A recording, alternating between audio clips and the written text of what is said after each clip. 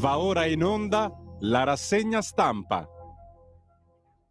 No, è bello perché poi quelli a casa si chiedono: "Ma chissà cosa si inventerà oggi Sammy Varin, per fare una non rassegna stampa, per parlare di quello, di cui i quotidiani non parlano, eh?" Mica facile, però ce la facciamo anche oggi. Sì, che ce la facciamo!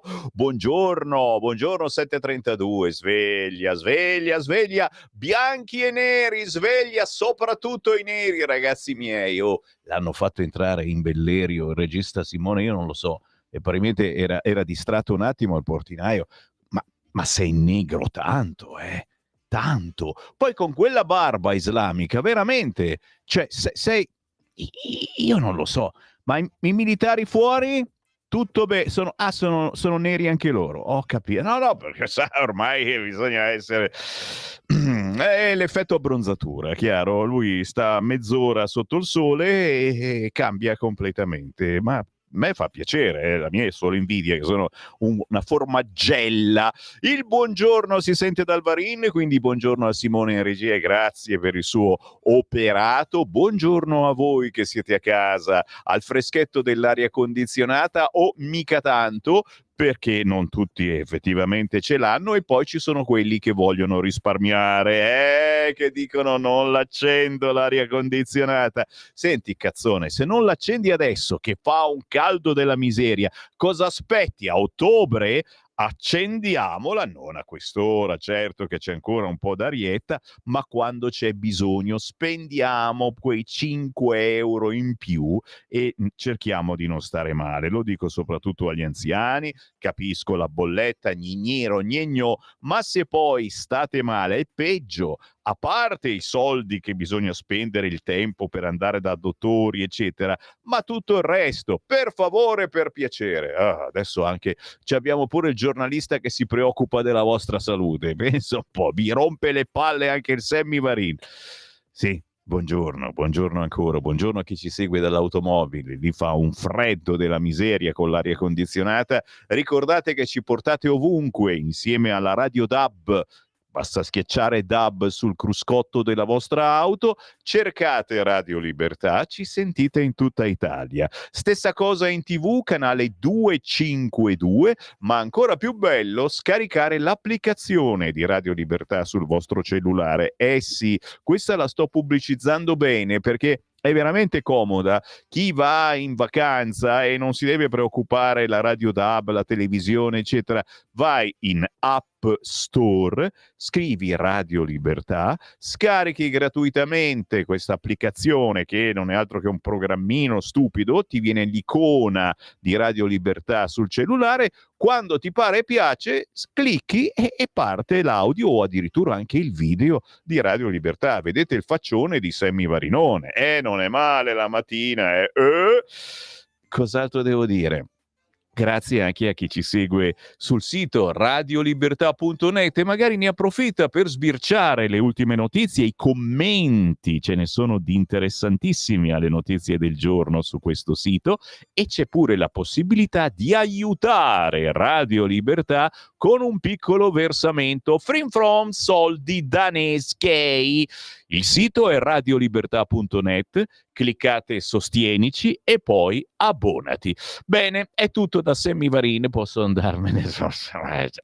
No, ce l'ho qua, guarda.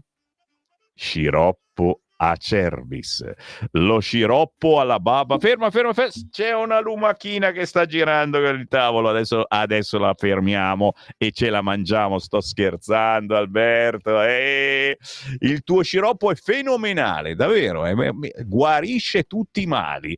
Corriere della Sera, sì, spariamo un po' di titoli prima di entrare all'interno. Vi assicuro, non vi annoierete neanche un minuto nella mia non rassegna stampa, perché non seguo quello che fanno gli altri, assolutamente no. Se avete scelto Radio Libertà, vuol dire che non volete sentire parlare di 5, 5, se 5, batti un 5 per tutta la mattina. Simone si chiede che cacchio sta dicendo. 5, dai, le spese militari, 5, 10, 20, 30, sia le spese NATO, show di Trump, il titolo del Corriere. La spesa militare raddoppia. NATO, Trump va all'incasso. La spesa militare raddoppia è Repubblica, NATO, Trump all'incasso. La Stampa. La Stampa ci va giù pesante anche, guarda, te la faccio vedere, a parte appunto la spesa militare che sale al 5%. Ma voi ci credete a sta roba? Cioè, adesso non è che non dovete prendermi sul serio, però guardate che vi sto prendendo in giro, la spesa militare al 5% e c'è qualcuno, anche tutti, che oggi hanno scritto di tutto e di più su tutti i giornali, quanto inchiostro sprecato. Ma voi ci credete davvero a sta roba? La più furba è stata la Spagna, che ha firmato ma protesta. In poche parole, lei almeno lo dice che non lo farà. E noi tutti qui, sì, certo, siamo dei piccoli Rutte, che nessuno scherza sul suo cognome Rutte, ma oggi lo prendono in giro come non mai, ragazzi. In confronto Fantozzi era veramente cattivissimo. Adesso leggiamo. No, vi volevo far notare sulla Stampa, guardate questa titolazione in centropagina, due notizie simili ma diversissime.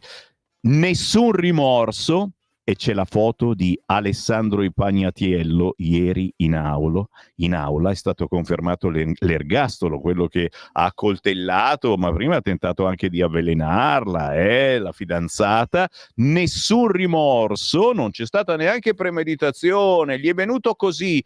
Anche l'avvelenamento è stata una cosa estemporanea. Sì, non ha cambiato la sentenza, ma uno si chiede, ma sono normali quelli che prendono queste decisioni? Normali nel senso vannacciano, ci mancherebbe, non voglio querele. Nessun rimorso, e la foto di questo Alessandro Impagnatiello, e poi a destra solo rimorsi, e la foto è quella di Matteo Formenti, il bagnino che si è tolto la vita l'altro giorno perché nella sua piscina è morto un bambino.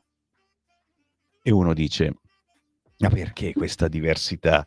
Tu dici, ma non gli sarebbe successo niente, non era neanche l'unico bagnino e che doveva vigilare, eccetera.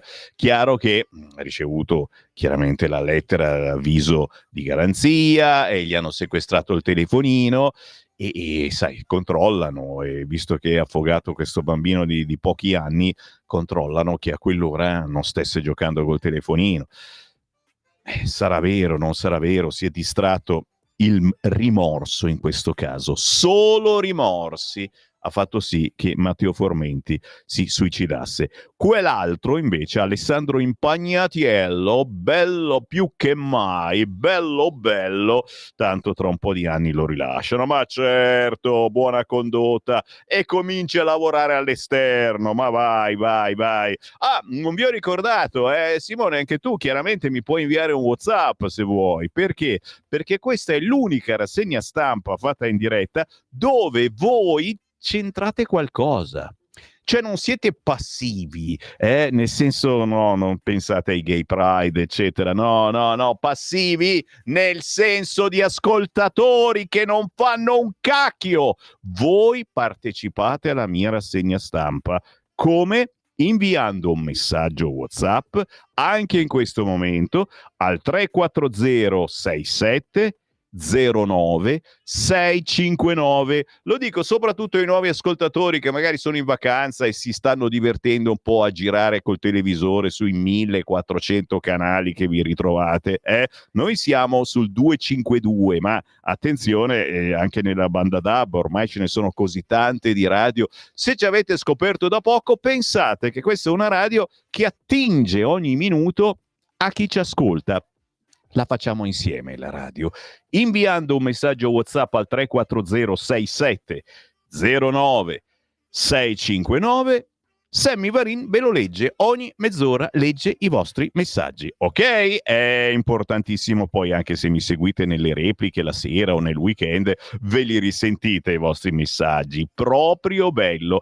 Tra poco ve li leggo, ma naturalmente stavamo giochicchiando con le prime pagine, perché questa alla fine non è una rassegna stampa, avete capito, ma è un'immensa presa per il nel senso, è un divertimento, cerchiamo di divertirci insieme, passando qualche ora insieme, ma informando i nostri ascoltatori su cosa bolle in pentola sui quotidiani. Chiaro che non vi annoio leggendo tutte le palle sulla NATO, sul 5%, eccetera. Però almeno vi dico che ne parlano. Il resto del Carlino, NATO-Iran, show di Trump, bombe come Hiroshima. Il Fatto Quotidiano, Meloni si inchina al 5%, 700 miliardi in 10 anni. Aspetta che te lo ingrandisco un po', ai piedi di Trump, scrive il Fatto Quotidiano, che ricatta con i dazi il ribelle Sanchez, nel senso che la Spagna, l'aveva anticipato ieri o l'altro ieri il quotidiano La Verità, è l'unica che ha detto no, e Trump ha detto quella cattivella Spagna, quando contratteremo con lei per qualcosa aumenteremo e quindi dovrà dare il doppio su qualunque cosa decide di comprare. Sai, io penso che ci siano troppi bla bla ormai negli ultimi mesi. Trump, la nuova versione, forse ulteriormente peggiorata di Trump, l'abbiamo iniziata a conoscere, forse troppi bla bla, e alla fine non dobbiamo neanche dare peso a tutte ste menate, soprattutto al famoso 5%. Ecco, chiaro che la Meloni ha promesso che neanche un euro sarà tolto dalla sanità. Subito il PD la menava, no? Menava il torrone con la O. E invece no, non si toglie niente alla sanità, sappiatelo. E io, ripeto, nella mia fantasia che ho, dico che anche questo 5% secondo in 10 anni... ma voi vi ricordate tra 10 anni del 5%? L'assa sta. Comunque, questa è la prima pagina del Fatto Quotidiano. Il Messaggero, NATO l'accordo sulle armi. La Verità, che la racconta veramente la verità, il bluff delle spese militari NATO. All'AIA un accordo che accontenta tutti, senti un po' a me, perché resterà sulla carta. Capito mi hai? Come per la guerra con Teheran, ognuno può cantare vittoria. Trump ottiene l'impegno degli europei a investire in armi il 5% del PIL entro il 2035. Cosa faremo nel 2035? Ma la prima verifica sarà già nel 2029, quando la gran parte dei sottoscrittori non sarà più al potere. E non ci sono sanzioni, ok? La verità questa che sottolinea anche la sceneggiata di Sanchez, firma però subito dopo si sfila e il tycoon che gli dice pagherai doppio e vai. Ancora notizie in prima pagina sulla Verità, e questa è un'esclusiva solo della Verità, il motivo per cui ci hanno bannato, bloccato su Facebook, su YouTube ogni volta che io leggo questa prima pagina, per cui saluto subito voi di Facebook, su YouTube, ciao, stanno per bloccarci perché la Verità in prima pagina oggi parla di mascherine, le mascherine di Arcuri. Indaga la Corte dei Conti. La struttura commissariale fece pressioni sulle dogane per far entrare in Italia i dispositivi cinesi per 1,2 miliardi, che poi risultarono farlocchi. Le chat con i mediatori per cercare di metterci una pezza. Accelerata dei magistrati della Corte dei Conti sulle mascherine cinesi regolari distribuite dopo il pressing di Arcuri alle dogane, rivelato dalla Verità, che è l'unico quotidiano che ne parla quasi quotidianamente, che ha visionato le chat degli intermediari della commessa.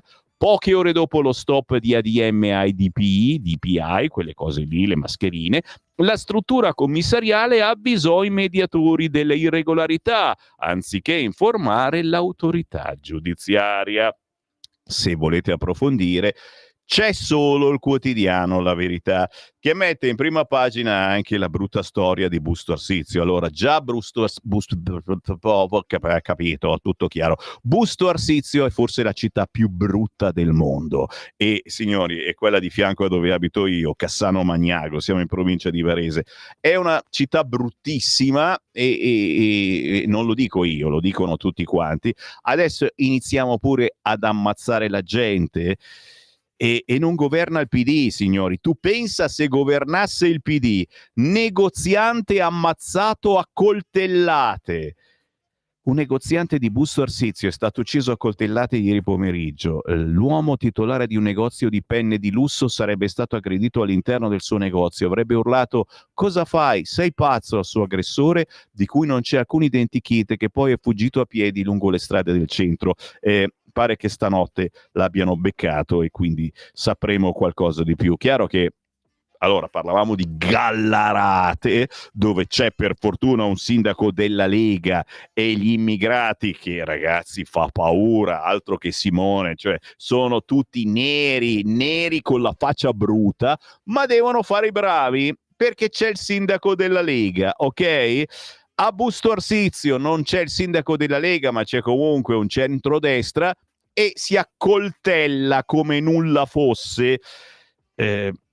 Cerchiamo di essere più cattivi? Io lancio questa cosa, ecco. E per fortuna, ripeto, c'è una Lega, c'è un centrodestra. Il problema è che troppo spesso il resto del centrodestra non è d'accordo con la cattiveria, con una T sola molto bossiana, della Lega. E quindi fanno gnignero e dicono: eh sì, facciamo sta cosa, però diamo la cittadinanza prima a questi immigrati. Oh là là. Intanto mi dicono pissi bao bao che la Lega ha superato Forza Italia nei sondaggi. Sto tirando fuori la lingua. No, vabbè, era solo tanto per, visto che ci sono molti leghisti celoduristi su questa frequenza, ma anche tanti amici di Forza Italia che, mi spiace, vi abbiamo superato. Siamo al Giornale, l'Europa si riarma. Dazi, Meloni, il 10% è sostenibile, e anche qui, ragazzi, questa cosa, sostenibilità, vi fa vomitare anche voi questo termine, sostenibilità, perché abbiamo capito che poi non c'è niente di sostenibile in questo momento storico. 10% dice la Meloni è sostenibile. L'aumento della spesa per la difesa ora è messo nero su bianco, scrive Adalberto Signore sul Giornale. 31 membri dell'Alleanza Atlantica hanno accolto i desiderata di Donald Trump. Il budget per riarma e sicurezza aumenterà fino al 5% del PIL entro il 2035. Tutti convinti, tranne una nazione europea, la Spagna, contro cui Trump minaccia dazi al 20%. E chiaramente, ripeto, è l'ultimo dei problemi, con i problemi che abbiamo, ragazzi. Sempre in prima pagina sul Giornale vi segnalo, e questo c'è anche su tutti gli altri quotidiani, la lite, tra virgolette, in tribunale tra Salvini e Saviano. Cioè Salvini, che è ancora uno vecchia maniera, dà le mani anche a quello con cui magari hai litigato e c'è stata la querela, eccetera. Saviano, vergogna, gli ha detto Saviano a Salvini quando Matteo gli ha dato la mano, ok? Lui gli ha detto maleducato, non gliel'ha detto in faccia, ci mancherebbe, lo ha detto poi ai giornalisti. Scintille Saviano Salvini, in prima pagina oggi sul quotidiano Il Giornale, ma anche su tutti gli altri quotidiani. Sempre sul Giornale, altra notizia bella, Berlino stoppa i finanziamenti alle ONG. Allora, se la Germania è l'unica che ci guadagna qualche cosa su queste cose che stiamo decidendo, su questo e quell'altro argomento, sembra che lo facciamo solo per la Germania, ma vedi, parallelamente c'è stata una stretta sui migranti, che potrebbe riguardare anche noi, visto che molte bandierine di queste navicelle che vanno a caricare immigrati per il mar sono proprio provenienti da quella parte lì.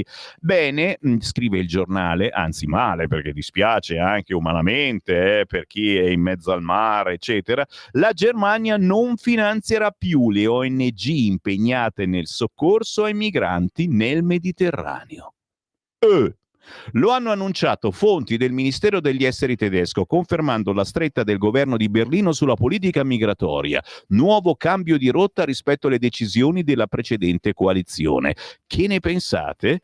WhatsAppino al 34067 09659. Voglio assolutamente un vostro parere anche su questo. Intanto vado su Libero. Libero c'ha un riquadrone grosso che riguarda la resa dei conti Salvini-Saviano. Duello in tribunale, scrive Libero, sceneggiata dello scrittore che rifiuta la stretta di mano e si mette a gridare: vergognati! Vergognati! La deposizione del leghista, ecco perché querelo. Perché? Perché gli ha dato del mafioso e lo ha dato a tutti noi, ragazzi miei. Noi che abbiamo votato Matteo, la Lega, mica negli ultimi 6 mesi. Ne siamo mafiosi recidivi. Ma no, lui aveva citato chi? San Gemini, quello dell'acqua. Salvemini, queste citazioni. Trump la spunta, la NATO vara il piano di riarmo, ok, siamo sempre sul Libero. E poi la Barbie brigatista che ha colpito alcuni dei nostri ascoltatori, la maglietta shock, che è in vendita su internet, c'è ancora? Non lo so, io non l'ho cercata, ti dico. L'autore insiste, che nostalgia, ma Libero è anche l'unico quotidianone che riprende l'argomento molto caro a qualcuno di voi che sta cercando questo prodotto in giro e non lo cerca, e come mai non c'è. Sammy Varin ne ha parlato, ne hanno parlato tutti i giornali, invece non c'è. L'ira degli ebrei per i boicottaggi della COP. Stiamo parlando della decisione della COP, però non in tutti i negozi, la COP sei tu chiaramente, di togliere i prodotti israeliani, chiaramente per boicottare Israele, per far notare il problemone che c'è a Gaza. Addirittura togliendo i prodotti israeliani hanno inserito la Gaza Cola.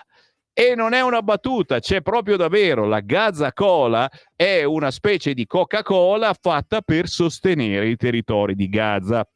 Non la fanno certamente lì, la fanno a Londra, ma comunque i padroni di questa Gaza Cola è gente della zona di Gaza, e quindi per sostenere la causa palestinese dovete comprare la Gaza Cola e tutto si sistema. Il problema è che la Gaza Cola mio padre ieri si è messo il cappellone, sombrero, barbone finto alla Simone, è entrato alla COP, niente, non c'era la Gaza Cola. E a questo punto diventa un problema, perché pare che sia in vendita solo su internet. Io voglio la Gaza Cola, la voglio almeno provare una volta. Dov'è la Gaza Cola? CQ, mi dite se l'avete trovata nella vostra COP preferita, la Gaza Cola. Fateci un giro, dite mi manda Sammy Varin, visto che lui non può entrare, il negretto che aspetta sempre fuori la COP non fa entrare Sammy Varin, perché chiaramente sono razzista, leghista e anche un po' fascista, ultimamente mi riconosco. Interessante comunque capire se la Gaza Cola esiste oppure no nella COP. Che fatica, fare una rassegna stampa così è di una fatica, ragazzi. Il Sole 24 Ore, energia, meno vincoli per gli aiuti. Fammi un attimo vedere qua cosa dice. La DG Concorrenza prova a semplificare le misure per sostenere le energie pulite. Prova, sono le regole europee. Possibili sussidi al nucleare ai prezzi dell'elettricità per le industrie energivore. Insomma, la Commissione europea cerca di allentare modificare e semplificare le regole sugli aiuti di Stato per favorire il sostegno pubblico alla decarbonizzazione. Certamente sono quelle buone notizie, un po' come la storia del 5, dammi il 5, è il titolo del riformista, dammi il 5, proprio così, non ti prendo in giro. Giornata storica all'AIA, 5% del PIL per la difesa entro il 2035, la Spagna si sfila, la pagherà e Trump minaccia altri dazi. Avanti ancora con l'Unità, infallibile quotidiano. Ha fallito anche in Iran, così Bibi porterà Israele al suicidio. Ok? Questo è il titolo dell'Unità, che poi ha un riquadro all'AIA al vertice NATO con Trump. Tutti gli danno il 5, Madrid gli dà una sberla. Carina la prima pagina oggi del quotidiano L'Unità. Sansonetti ha fatto del suo meglio. Se volete, c'è anche Gianfranco Schiavone con l'Italia tradisce le vittime di tortura. Ma qui naturalmente lascio a voi comunisti la voglia di comprarvi il quotidiano L'Unità, svolazzando invece sul Secolo d'Italia.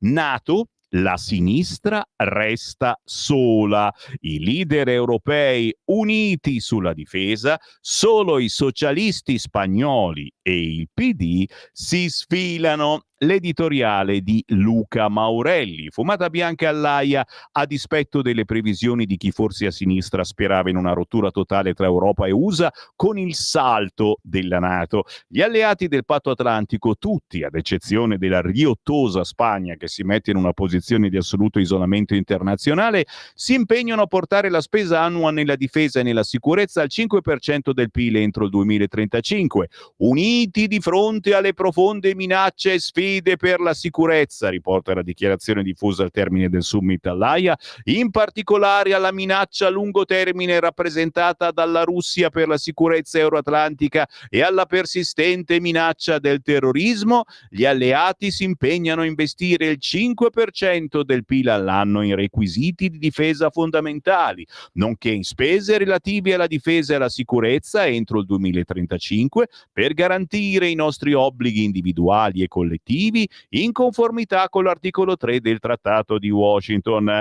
E la Spagna sottoscrive gli obiettivi strategici ma non si impegna sul 5% in modo pilatesco e ambiguo, scatenando la rabbia di Trump contro il leader socialista. Pagherà con dazi raddoppiati. I socialisti spagnoli però sono isolati anche tra i socialisti europei, visto che anche dal premier danese arriva la sconfessione di Sanchez, che però incassa la solidarietà del PD e della Schlein, che avrebbe preferito un no del governo Meloni agli accordi NATO, mettendosi così in posizione isolata, per poi essere accusato dalla sinistra di essere isolato, puntini puntini.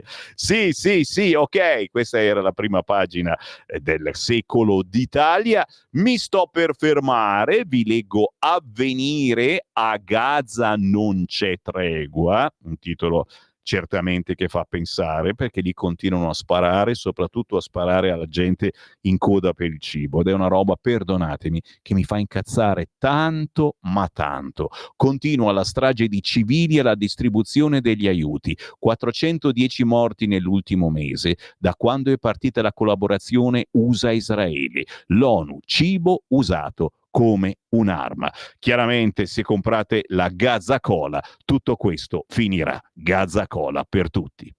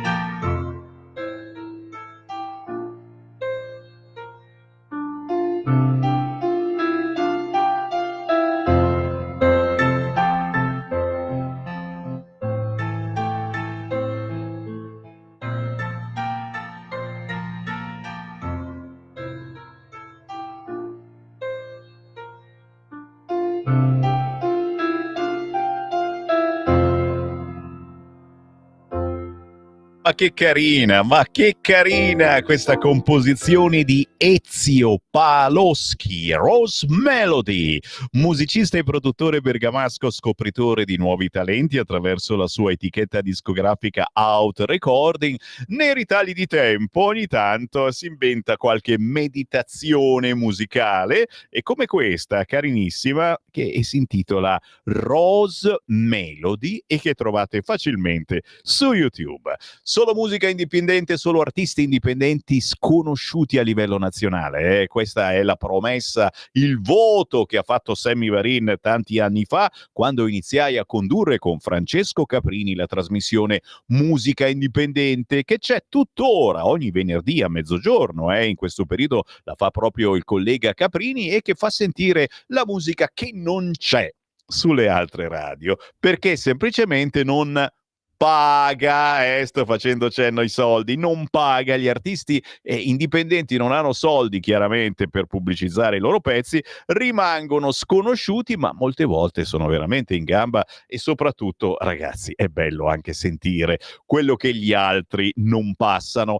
Qui sentite anche le notizie che gli altri non passano nella rassegna stampa, che è una non rassegna stampa molto chiacchierosa, molto scherzosa, del Sammy Varin. Cucù, sono io, in onda ogni mattina dalle 7:30 alle 9:30, in replica molto spesso la sera intorno alle 20, e anche la domenica, tanto per non farvi mancare nulla. Una rassegna che ha pure i vostri messaggi, addirittura dopo le 9 apriremo le linee telefoniche per sentire le vostre voci, ma nel frattempo sono arrivati un fracco di WhatsApp al 340 6709 659 per offendermi, per offendere il regista Simone, per dircene di tutti i colori. Non è vero, scherzo, quasi tutti ci amano. Ciao Sammy, sto partendo per i miei 100 chilometri in bici senza aria condizionata. Povero Marco, va sul lago Sebino. Marco, a quest'ora si sta anche bene, comunque 100 chilometri io no, proprio faccio il giro qui del parcheggio in Bellerio, a volte si incrocia Matteo Salvini. Ciao Sammy, di più no. Buongiorno Sammy, speriamo che Salvini porti via anche la prima pelle e quel po' di ricrescita a Saviano. Fabio, vogliamo bene anche a Saviano, certamente uno gli dà la mano in tribunale e quello ti dice vergogna. Che schifo, che schifo. Nel 2035 o tutti sull'auto elettrica o tutti malati senza sanità, secondo i 5 Stelle. Io mi fido del centrodestra, scrive un altro Marco, che aggiunge: se la Germania non finanzierà più le ONG ci penserà Soros, caro Marco. Ma anche la Chiesa, ragazzi, anche la Chiesa, le chiese avventiste che non avventiscono, eccetera. Quanti soldi non danno a sta gente? Poi vabbè, l'amico dello scorso Papa, vedremo adesso che fine farà. Sicuramente un'ottima fine, però con questo Papa magari cambia un po' la solfa. 5% spese NATO, donazione o prelievo forzoso? Scherza Gian. Interessante il prelievo forzoso, ve lo ricordate? Dai conti correnti quella notte. Grazie Varin per la sua umanità nella questione di Gaza. Ma scherza o è serio? Altri suoi colleghi non la sanno mostrare. No, magari la mostrano, però giustamente si dice qui ci sono un fracco di terroristi a Gaza, è chiaro che bisogna sistemare la cosa. Sistemare la cosa vuol dire sistemare la cosa e non sparare sulla gente in coda per il cibo, che penso non siano terroristi. O tu dici sono terroristi pure quelli? Oh mamma signor, tutti bambini terroristi?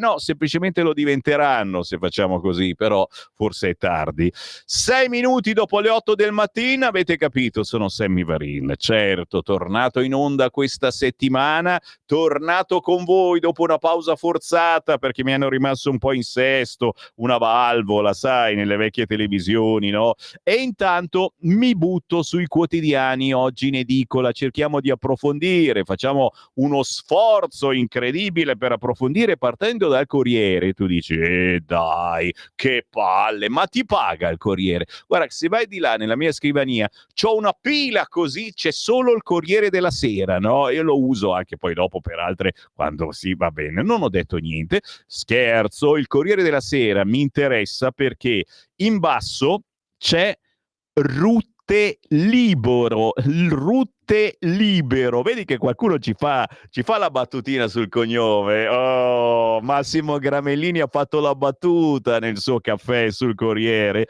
No, perché Rutte veramente, veramente, ma il Corriere oggi lo prende in giro come non mai. Ma come si permette? Senti qua. Ammetto di avere un debole per il segretario generale della NATO, l'olandese Mark Rutte. In un mondo di ipocriti che ti attaccano in pubblico e ti lisciano in privato, o viceversa, Rutte brilla per la sua cristallina coerenza. Nei giorni scorsi aveva inviato a Trump un SMS di elogi sperticati. Al confronto Fantozzi che biascica come umano lei, mentre il mega direttore galattico lo fa fustigare in sala mensa, sembra un gladiatore. L'oggetto del gorgheggiare di Rutte era il trasferimento degli oneri della difesa comune dalle tasche degli americani a quelle dei contribuenti europei. Per questi ultimi non si tratta di una splendida notizia. Invece Rutte l'ha trasformata in una festa, attribuendone il merito a Trump e ringraziandolo per averci offerto questa straordinaria opportunità di impoverirci.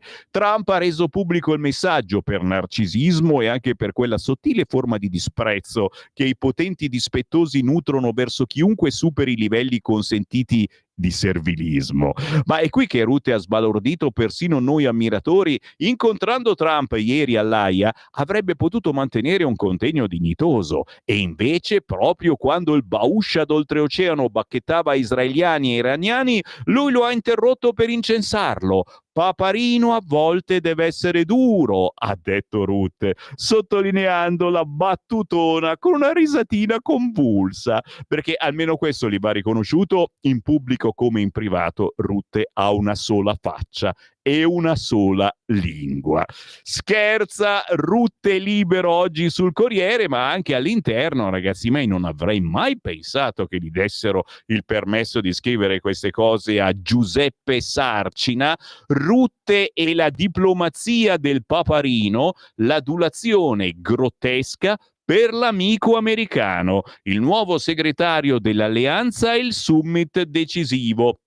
E c'è il ritratto di questo Mark Rutte, come rovinarsi in 2 giorni una reputazione ventennale, scrive il Corriere quest'oggi a pagina 5. Ve lo lascio leggere chiaramente se avete voglia e tempo di comprarvi il Corriere. È comunque un atto interessante quello di questo giornalone, che poi più avanti, in questo momento siamo a pagina 17, parla naturalmente di Matteo Salvini e di Saviano, ne parlano tutti. Lui un insultatore, no, vergognati. Salvini Saviano scintille in tribunale, il ministro conferma la querela per un post del 2018, Ilaria Sacchettoni. Anche qui, ripeto, sul Corriere, ma ne parlano tutti, dico tutti.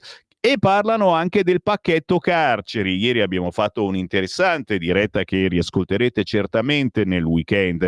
Reato di tortura. Il capo leghista insiste sullo stop. La sinistra insorge. Salvini fa solo propaganda, si occupi di trasporti. La più sferzante è Ilaria Cucchi, la sorella di Stefano ucciso nel 2009 mentre era in custodia cautelare. La senatrice AVS commenta le parole del ministro dei trasporti che ieri ha parlato della necessità di rivedere, circoscrivere e precisare il reato di tortura per permettere agli agenti di fare seriamente il loro lavoro.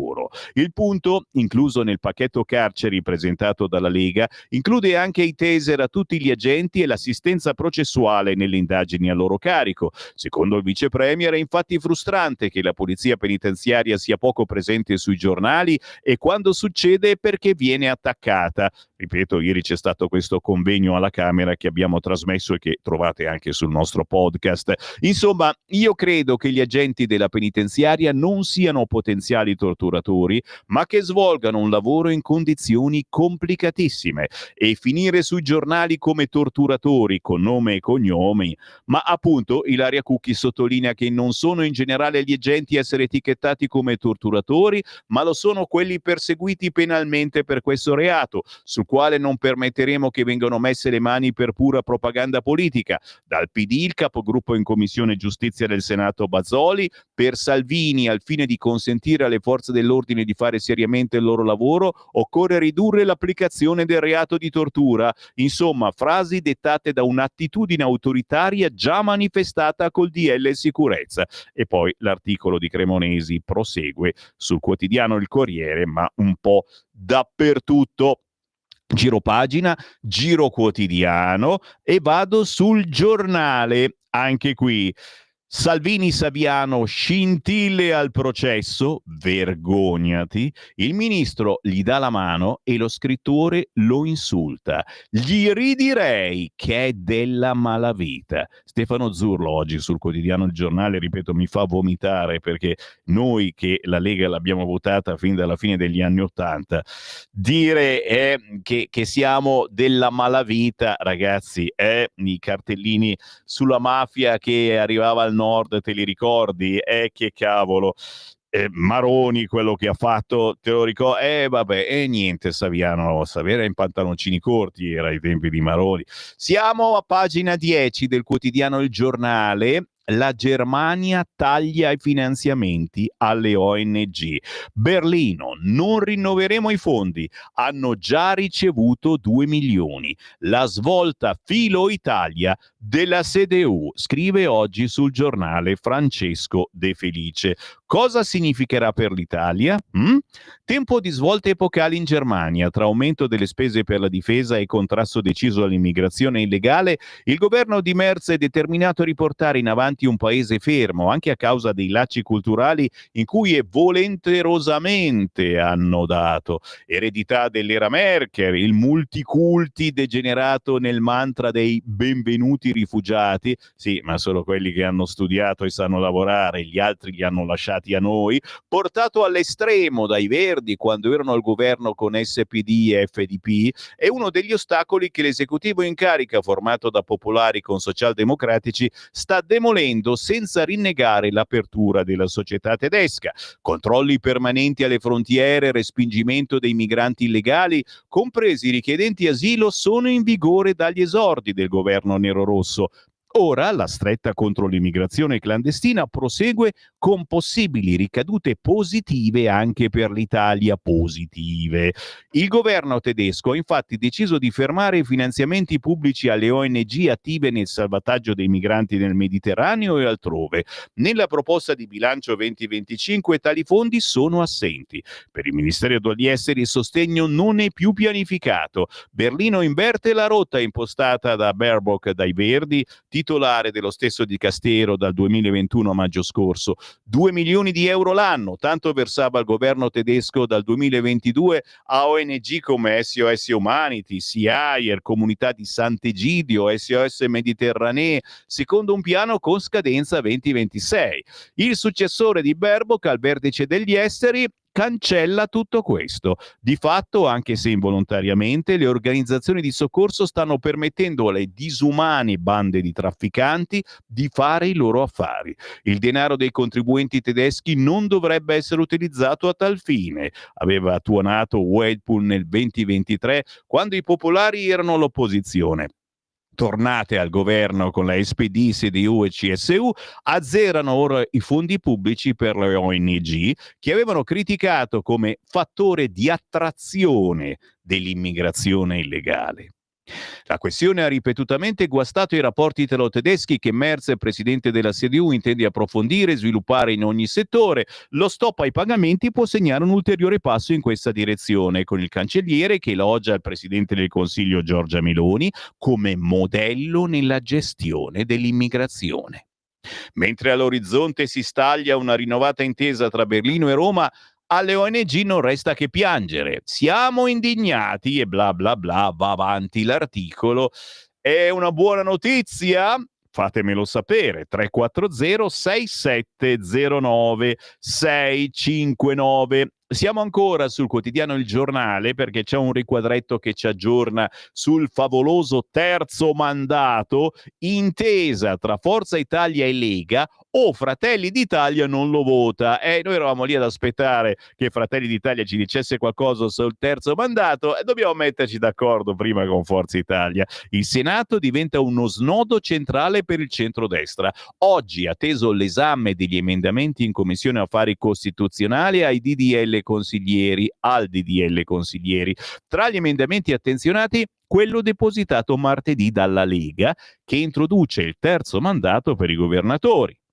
La partita nel centrodestra è ancora aperta. La Lega punta a stanare gli alleati, soprattutto il partito della Premier Giorgia Meloni. Forza Italia non si smuove dal no. Forza Italia rimane contraria al terzo mandato per principio e non per le persone interessate nella discussione in corso. Taglia corto il leader degli azzurri italiani. A stretto giro arriva la replica del vice premier leghista Matteo Salvini: ognuno voterà come crede. Il nodo resta Fratelli d'Italia, qualcosa però inizia a muoversi. L'emendamento leghista incassa il via libera sull'ammissibilità, ma Giovanni Donzelli di Fratelli d'Italia chiude: senza intesa tra Forza Italia e Lega non lo votiamo. Allora, chiaramente io faccio un appello: se mi ascoltate da Arcore, potete fare un giro in chiesa e accendere un lumino, ma dovete farlo in fretta perché si decide tra poco. Un lumino per Salvino, no, anche per Varino, ragazzi, cioè cerchiamo di ragionare. A chi lo vogliamo dare il Veneto? A chi lo do stasera? A Fratelli d'Italia? Ma no, se mi trovi una persona in gamba con una caratura politica, ma va bene. A chi lo diamo? Lo diamo al PD, certamente. Se non rimettiamo Zaia, lo diamo al PD. Ma io taccio di infinito. Ho detto qualcosa? Non ho detto proprio niente. Ritorno sul quotidiano Il Giornale, ragazzi, però è un piatto ricco e mi ci devo ficcare. A pagina 12 si parla di Don Biancalani. Ve lo ricordate? Pistoia, sì, il parroco degli immigrati. Finalmente, grazie alla consigliera della Lega Cinzia Cerdini di Pistoia, è da anni che la ospitiamo su queste frequenze, grandissima Cinzia, finalmente se ne sono accorti anche molto in alto, addirittura al Ministero dell'Interno, oltre chiaramente che i colleghi preti di tutte le entità. Don Biancalani resiste allo sgombero, hanno decretato lo sgombero, e il vescovo di Pistoia lo scomunica. Il famoso prete pro-clandestini di Vicofaro, che aveva riempito la sua parrocchia di immigrati clandestini che vivevano in chiesa, che pisciavano, cagavano, sporcavano, picchiavano, violentavano, tutto facevano. Finalmente, scrive Felice Manti oggi sul Giornale, il prete sbugiardato dal vescovo e sfrattato dal comune non si arrende, invoca un presidio pro migranti, ma gli abitanti del quartiere non lo sopportano più per il degrado, la sporcizia, il cattivo odore. Sembra la trama di un B-movie, quello che sta succedendo da settimana a Pistoia, nella parrocchia di via Santa Maria Maggiore a Vicofaro, dove la comunità di accoglienza di migranti gestita da Don Massimo Biancalani sin dal 2016 verrà presto smantellata per le drammatiche condizioni igienico-sanitarie della struttura della parrocchia, dove vivevano 200 immigrati, tra pidocchi, pulci, piattole, spazzatura, accampamenti, biciclette, monopattini accatastati, bombole di gas e vicini a impianti elettrici fatiscenti, insomma peggio di un centro sociale. In confronto i centri sociali sono dei giardini. Se siete curiosi, acquistate quest'oggi il quotidiano Il Giornale, che ne parla veramente in maniera tosta. Vado sul Tempo? No, dai, fammi godere con un po' di Repubblica, che oggi dice: la spesa militare raddoppia. All'interno, sia le spese per la difesa al 5%, i paesi NATO accontentano Trump, fantastico, un grande successo, ma, scrive Repubblica a pagina 3, è scontro con Sanchez. Minacce alla Spagna, pagheranno con i dazi. Anais Ginori scrive: alleati promossi tranne uno. Donald Trump stringe mani, sorride, scambia battute con molti leader, ma ignora deliberatamente il premier spagnolo Pedro Sánchez, che si trova a pochi passi al momento dello scatto della foto di famiglia. Nessun saluto, nessun cenno. Poi, nella conferenza stampa finale, arriva l'affondo. Il presidente americano si autocompiace per l'esito del vertice, si attribuisce il merito di aver rilanciato l'alleanza e si scaglia contro Sánchez. La Spagna è terribile, dice. È l'unico paese che si rifiuta di portare la spesa militare oltre il 2% del PIL. Poi la minaccia esplicita: quando negozieremo un accordo commerciale le faremo pagare il doppio. Trump parla di dazi e accusa Madrid di voler essere protetta senza pagare. Non funziona così, taglia corto. Oggi chiaramente Sánchez celebrato su alcuni quotidiani, Repubblica ne parla male certamente, ma per noi è un piccolo grande eroe, anche se, ribadisco e discoriba, non ci crederete mica davvero a sto 5%, dai, la favola di Babbo Natale. Bertinotti, I love you, ne parla Repubblica e solo Repubblica, pagina 19, perché Bertinotti vende i suoi quadri di Bertinotti, i suoi Warhol, li vendo, ma basta ironie sui comunisti ricchi. Cioè, solo che sta roba fa già ridere, capito?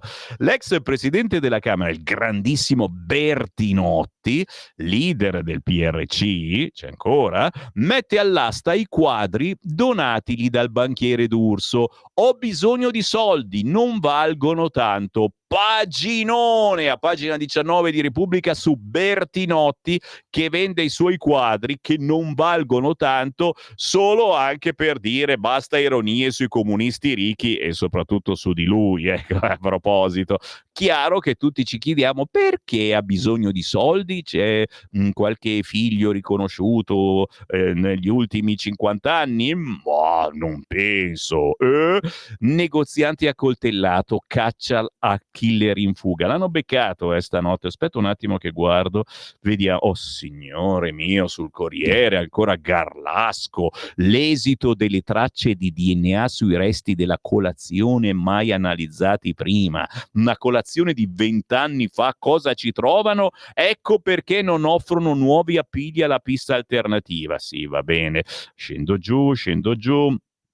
Al Corriere si chiedono ancora dove è finito l'uranio di Teheran, Gaza senza tregua, l'ergastolo a Impagnatiello, Chiara Ferragni, cosa c'entra Chiara? E viene da tossire, i conti della holding dimenticati. Oggi l'assemblea finisce per il bilancio. Eccolo qua, Busto Arsizio, un fermo per l'omicidio di Davide Gorla. Nella fuga aveva cambiato la maglietta sporca di sangue. L'uomo, descritto come brizzolato e di mezza età, era stato visto da alcuni testimoni e ripreso dalle telecamere del sistema di videosorveglianza. Vittima e killer si conoscevano. Questa è la notizia della notte e, come vi dicevo, ne parla anche Repubblica, pagina 22. Negoziante accoltellato, caccia al killer in fuga a Busto Arsizio, in provincia di Varese. Cittadine che dice: ma cosa vuoi che succeda a Busto Arsizio? Altra notizia che fa il paio con questa, pagina 23, chiaramente la tragica morte del bagnino che si è sentito in colpa, ragazzi miei. C'è ancora qualcuno che si sente in colpa, non aveva fatto niente magari, però nella sua piscina doveva controllare meglio forse, ma non era l'unico bagnino, mi risulta.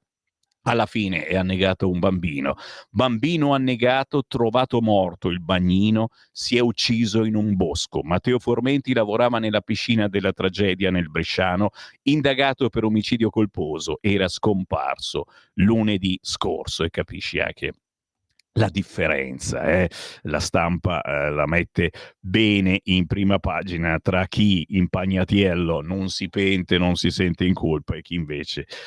La psicologa, il senso di colpa diventa devastante, serve supporto. Chiaramente adesso ci si chiederà se questo supporto c'è stato oppure no. Giro quotidiano, vi ho già letto la prima pagina del quotidiano La Stampa, mi sento molto comunista quest'oggi. No, la Stampa ve la leggo tra poco, perché oggi sulla Stampa praticamente c'è una leghizzazione, cioè tutti contro la Lega. Non lo so, il direttore della Stampa cosa ha mangiato ieri sera? Solo articoli contro Matteo Salvini e contro la Lega.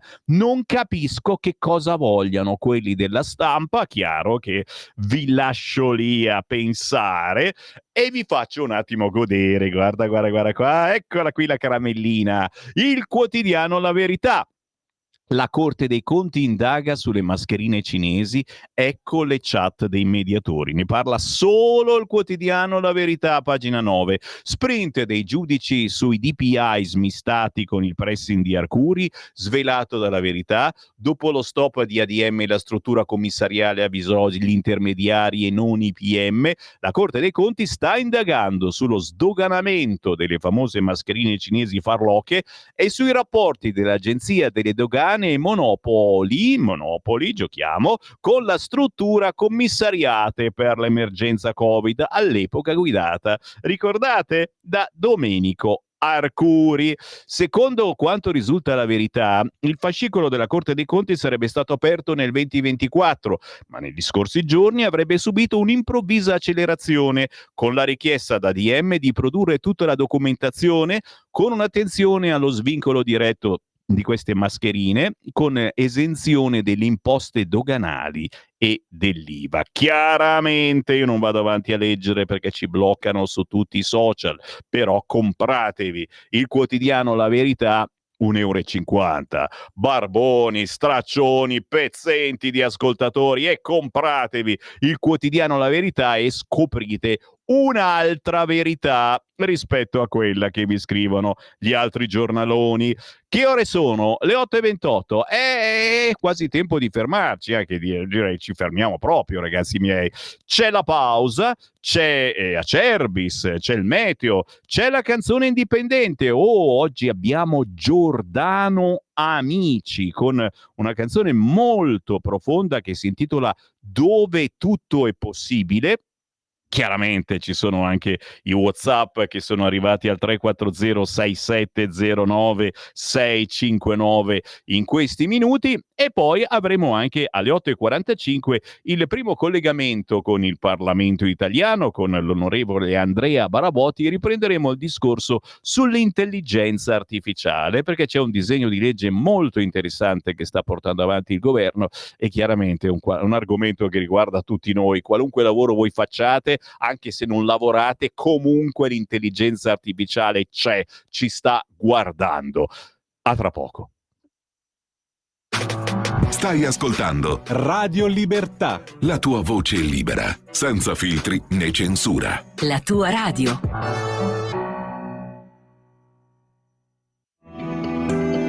Il meteo.it presenta le previsioni del giorno. Strapotere quasi assoluto dell'anticiclone africano Pluto sul nostro paese, ma con qualche nota instabile sul nord Italia.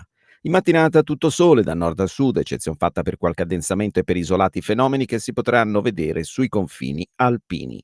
Nel pomeriggio invece instabilità temporalesca via via più accesa sulle Alpi, specie centro-orientali, con rovesci che potranno anche raggiungere le prealpi e le pianure del Triveneto. Per il resto nessuna variazione significativa, con clima molto caldo. Per ora è tutto da ilmeteo.it, dove il fa la differenza anche nella nostra app. Un saluto da Lorenzo Tedici. Avete ascoltato le previsioni del giorno.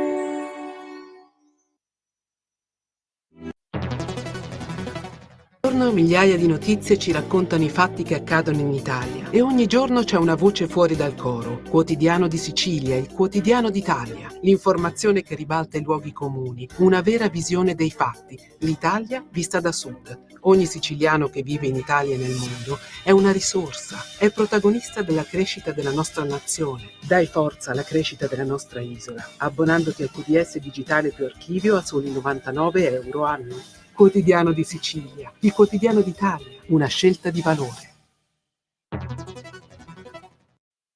Lo amiamo. perché ci offre sempre le cose più buone e naturali. Linea Alberto Acerbis! Care amiche e cari amici di Radio Libertà, buongiorno da Alberto Acerbis. Dopo la chiacchierata che abbiamo fatto, che stiamo facendo parlando dell'olio extravergine di oliva, mi fa piacere che molti ci chiamano. Mi dimentico di dirvelo. Se qualcuno volesse delle informazioni più dettagliate, può chiamare 030 68 40 408, chiede di me, di Alberto Acerbis, e mi chiede tutto quello che vuole sapere sul nostro olio extravergine di oliva.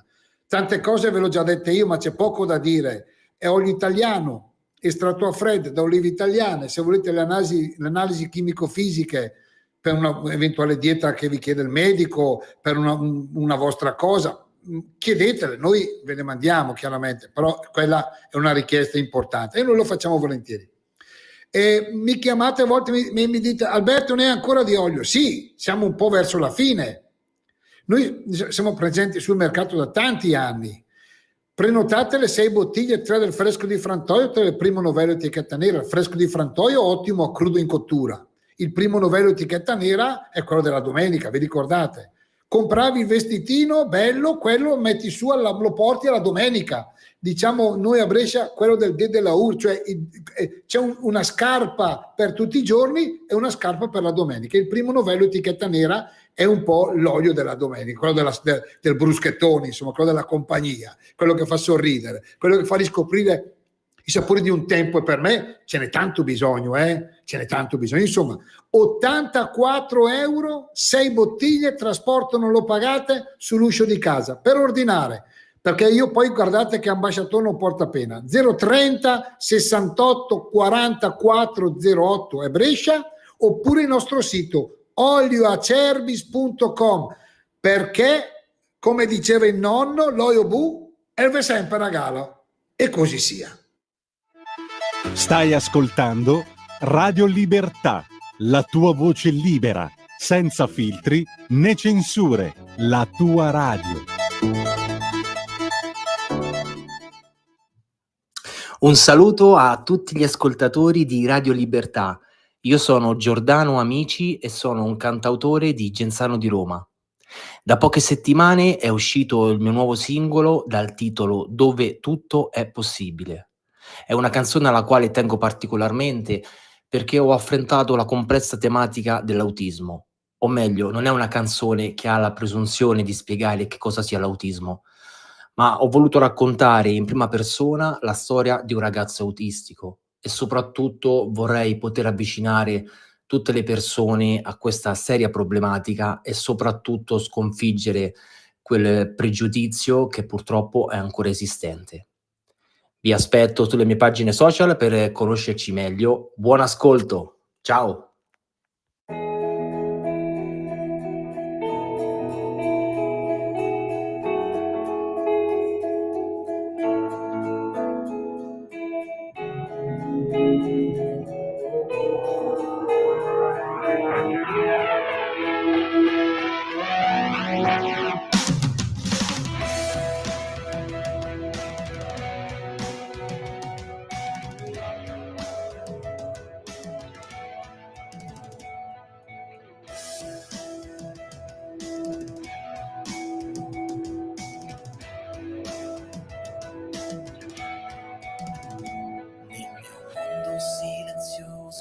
Colori e sfumature, diverso è il rumore nella mente più di un fiore, il silenzio è assordante, la folla un grande mare, pensieri sciolti in volo, sensazioni da imparare. Prendi le mie mani, entra nel mio mondo, guarda il magico. Prendi le mie mani, insieme ce ne andiamo dove tutto è possibile.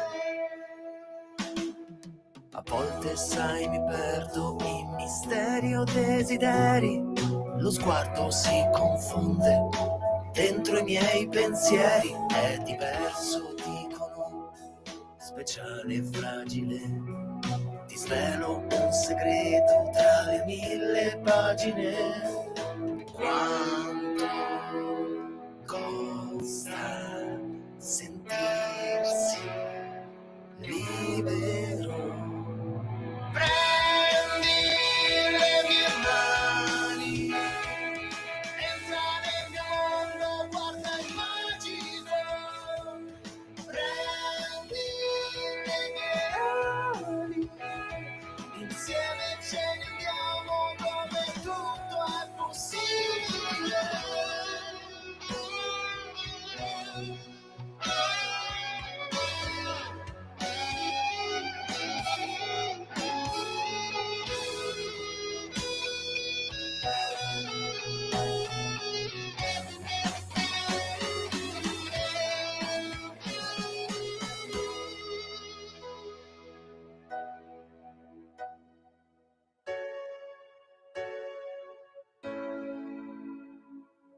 Prendi le mie mani, entra nel mio mondo, guarda il magico.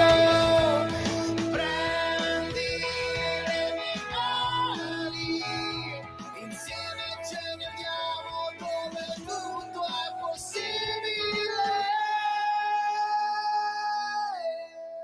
Una canzone da cantare, da urlare questa, Dove tutto è possibile, di Giordano Amici. Una finestra sulla quotidianità di chi sperimenta il mondo in modo diverso, la musica come strumento di comunicazione, la musicoterapia come un abbattimento delle barriere, ad esempio quelle barriere che purtroppo esistono e come se esistono nel mondo dell'autismo. Grande canzone di Giordano Amici che trovate su tutti gli store digitali e pure su YouTube, si chiama Tutto è possibile.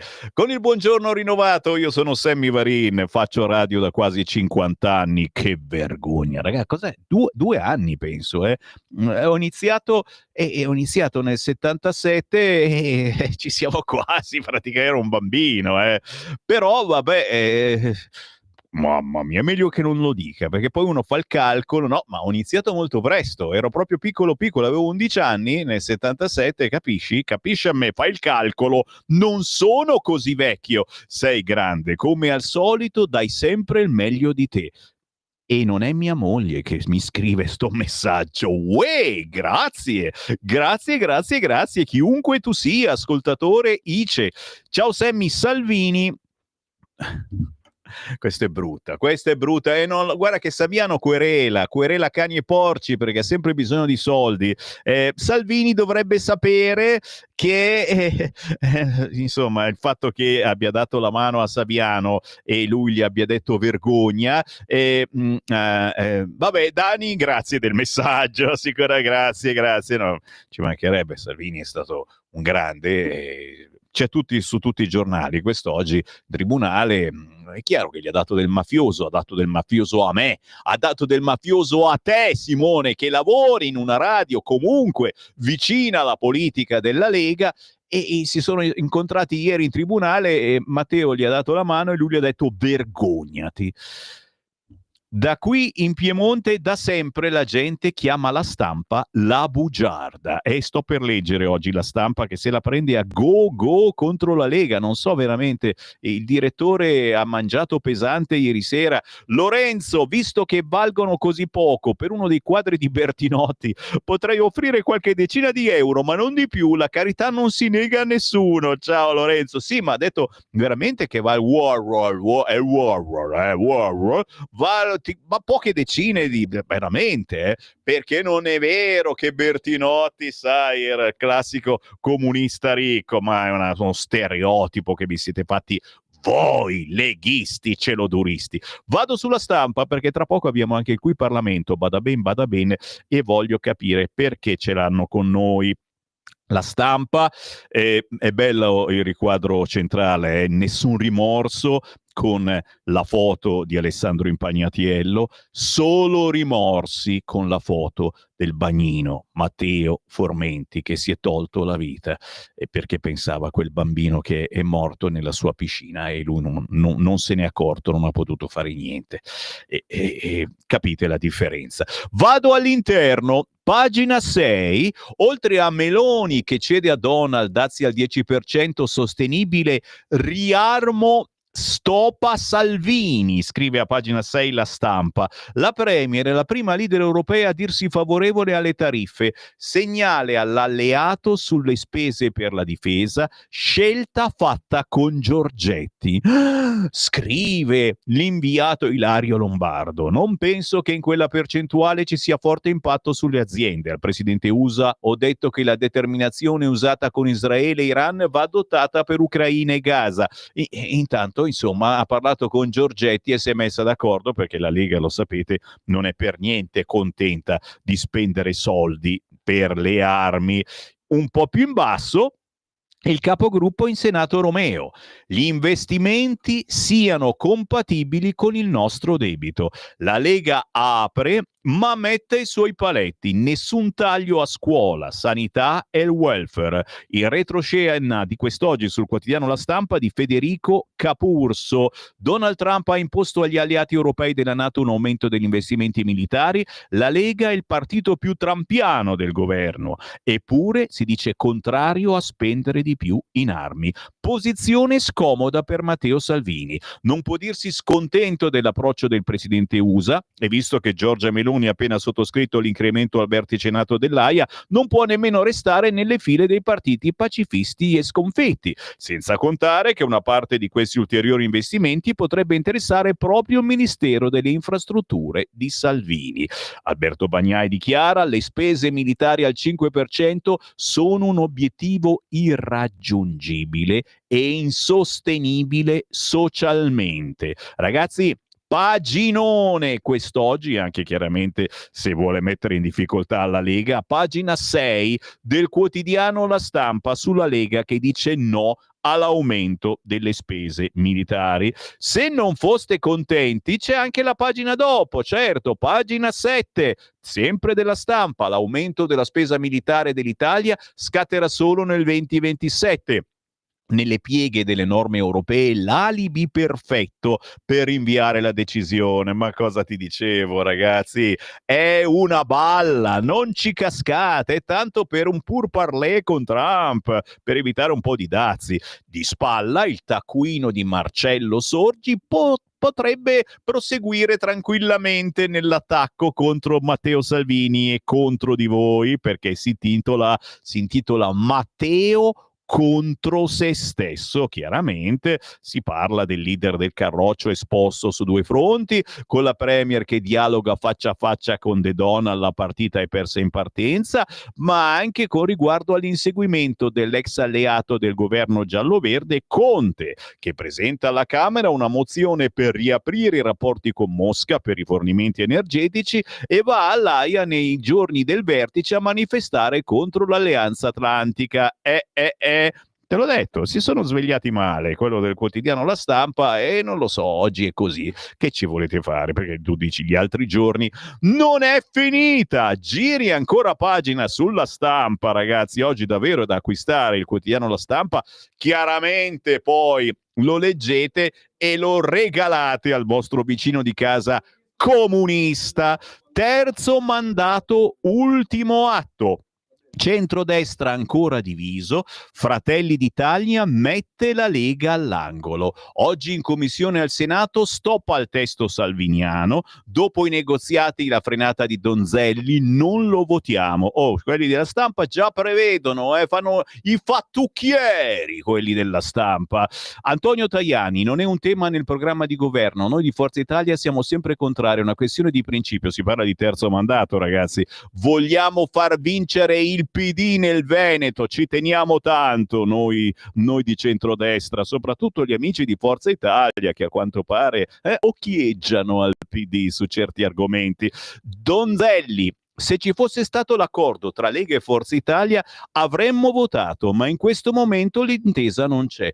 Oh, Donzelli, ma l'intervista l'hai fatta ieri sera, sono le 8:45 del mattino, magari adesso c'è questo accordo. Oh, Maurizio Lupi, adesso lo candidano a Milano. C'era la nostra disponibilità a discuterne, il valore più importante resta sempre l'unità del centrodestra. Ciapala lì.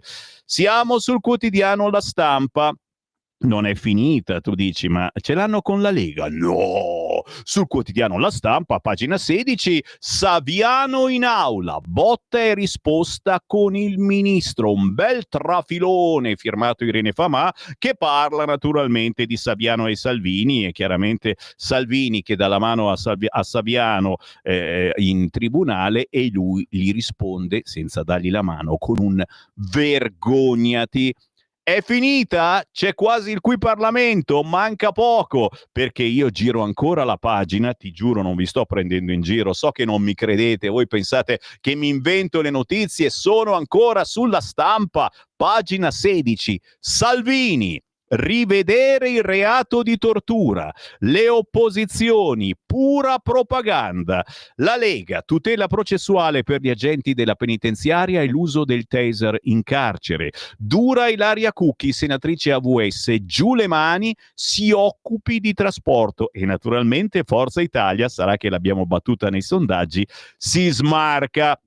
Qui riferimento naturalmente, voi ascoltatori di Radio Libertà lo avete saputo prima, ieri alle 11 abbiamo trasmesso un interessante convegno che riguarda la polizia penitenziaria e soprattutto che riguarda i risvolti del decreto legge sulla sicurezza all'interno delle carceri. Lo troverete in replica certamente nel weekend, quindi avrete modo di riascoltarlo. Ha finito La Stampa di incazzarsi con la Lega? Ma dai, ma potevano dire ancora qualcos'altro, scusami, santa polenta. Chiaramente io mi rimetto poi alle vostre meditazioni, ai vostri pensieri, inviatemeli al 340 6709 659, un bellissimo modo per dire la vostra sulle notizie che vi sto leggendo, ma dopo le ore 9 apriremo le linee. E certo, dopo le 9 apriamo le linee allo 029294 7222. Ce l'abbiamo qui Parlamento? Ce l'abbiamo! Qui Parlamento. Ed è un piacere ritrovare con noi l'onorevole Andrea Barabotti della Lega. Buongiorno. Ce l'abbiamo? Andrea, ci sei? E forse non mi sente, forse non sente l'audio, sento che c'è del rumore e quindi probabilmente non ha il ritorno. Beh, intanto eccolo qua, lo abbiamo. Andrea Barabotti, ciao! Non lo abbiamo. Ciao, buongiorno, buongiorno a voi e a tutti gli ascoltatori. Eccolo Andrea, ben ritrovato con Radio Libertà. Oggi parliamo di un argomento che stiamo portando avanti perché lo subiremo sicuramente, già lo stiamo subendo. Pronto? Non ci sente. Simone, bisogna dare un ritorno. Ci senti? Ecco, pronto. Adesso ci senti Andrea? Sì, forte e chiaro. Ah, perfetto, perdonaci, ogni tanto ci sono i fili, i cavi, bisogna attacca, smolla, eccetera. Dicevo, un argomento con cui stiamo già facendo i conti, ma faremo i conti ancora di più nei prossimi anni, l'intelligenza artificiale. Ieri sei intervenuto in aula dicendo una frase molto importante: l'intelligenza artificiale non è nemica del lavoro. C'è un disegno di legge che si è votato proprio ieri che deve proiettare l'Italia verso un futuro di hub tecnologico e possibilmente anche con meno burocrazia per i cittadini. Quindi l'intelligenza artificiale deve servire soprattutto per migliorare la vita ai cittadini, nel caso la burocrazia, che sappiamo benissimo l'ha inventata il Partito Democratico, magari la tagliuzziamo un attimino grazie all'intelligenza artificiale. Barabotti. Beh, c'è da dire che per noi l'intelligenza artificiale rappresenta un'occasione senza dubbio. Partiamo dal lavoro che possiamo fare sulla burocrazia italiana. Pensiamo alle lunghe file, alle attese che oggi tanti italiani fanno inutilmente agli sportelli, quando la tecnologia ci rende accessibili alcuni servizi immediatamente. Ma a dire il vero, questa accessibilità è un'accessibilità nuova, perché mentre la tecnologia esiste da anni, quella per ottenere un certificato anagrafico, quella per ottenere una firma certificata, in realtà quello che cambia oggi è la capacità che l'intelligenza artificiale ha di migliorare il rapporto tra l'utente e le macchine. E quindi sostanzialmente anche chi non è nativo digitale, anche chi non ha particolari competenze per relazionarsi alle macchine, con l'intelligenza artificiale può avere un approccio come se fosse un operatore reale, e quindi questo semplifica molto il rapporto uomo-macchina e consente anche alla pubblica amministrazione di non avere più scuse. Cioè, adesso noi dobbiamo dimostrare che la pubblica amministrazione italiana vuole essere al servizio dei cittadini e delle imprese, e che è finito il tempo in cui è il contrario, sono le imprese e i cittadini al servizio della pubblica amministrazione. Certamente questo significa che chi rimane a lavorare al servizio del pubblico dovrà avere una specializzazione, dovrà, diciamo così, la pubblica amministrazione non sarà soltanto una passacarte, ma dovrà avere una specializzazione e potrà dare dei servizi, diciamo così, sempre più importanti al cittadino. Questo significa che ovviamente il pubblico guadagna in efficienza, e questo vale anche per tutte le altre professioni che sono chiamate dall'intelligenza artificiale a ripensarsi. Quindi l'intelligenza artificiale non è nemica del lavoro, non lo è se attraverso la formazione riusciamo a portare nel mondo della scuola e nel mondo dell'università quelle innovazioni che servono a creare le nuove professioni, quindi le professioni data scientist, una di queste, le professioni che riguardano anche gli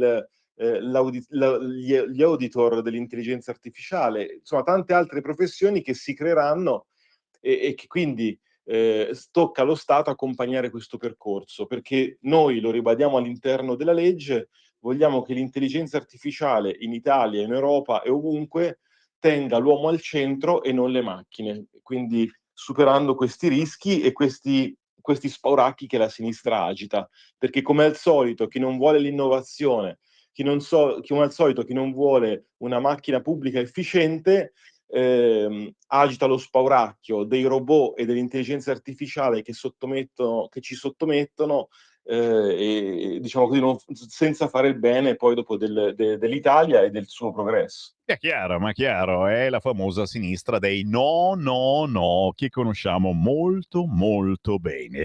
Ringraziamo l'onorevole Andrea Barabotti della Lega. Grazie a voi.